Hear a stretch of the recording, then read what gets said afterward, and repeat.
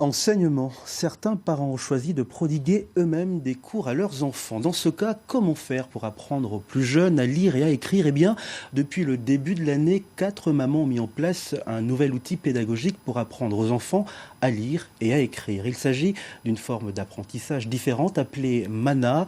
Elles ont imaginé un conte qui met en scène Mana et son voyage à travers un monde un peu particulier.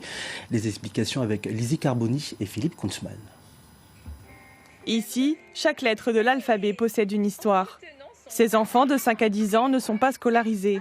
En 7 semaines, ils apprennent à lire et à écrire à travers une méthode ludique et interactive, imaginée par 4 mamans calédoniennes. Cette méthode peut aussi bien s'utiliser en remplacement ou en complément d'un cursus scolaire. Sous la forme d'ateliers d'une quinzaine de minutes, ces jeunes bambins utilisent aussi bien leur corps que leur esprit. On démarre avec un champ graphique, avec des gestes graphiques, avec des cartes de gestes. Une fois que les enfants ont dans leur corps, fait avec la main droite, avec la main gauche, debout, assis sur une feuille, les boucles, on va commencer à leur passer l'histoire de Mana qu'ils connaissent très bien. Ils savent que Eleni va retenir son bonnet et en retenant son bonnet, en le posant sur la feuille, ils vont voir l'accent aigu se dessiner. Ce « et » est dans plusieurs noms qu'en fait on doit trouver dans chacun de nos livrets.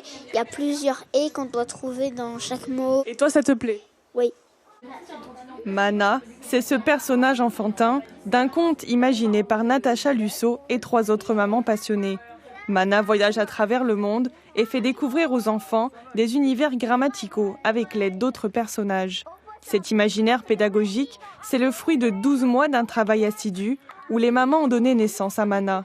Dessins, vidéos, livrets, elles ont créé de nombreux outils pour un apprentissage facile et rapide. On a optimisé au maximum en regroupant chaque groupe de lettres dans des continents. Et on est parti de travaux de neurosciences qui font que dans les zones du cerveau, si on arrive à les localiser en 7, pas plus informations, du coup on arrive à apprendre plus vite. Donc on est parti de plein de travaux comme ça pour pouvoir mémoriser au maximum et optimiser l'apprentissage. La pédagogie Mana a aussi été conceptualisée pour un apprentissage en ligne. Si cette méthode ne fait pas partie du programme de l'éducation nationale, elle a déjà séduit de nombreuses écoles et orthophonistes d'ici et d'ailleurs qui adaptent ce programme unique pour les enfants.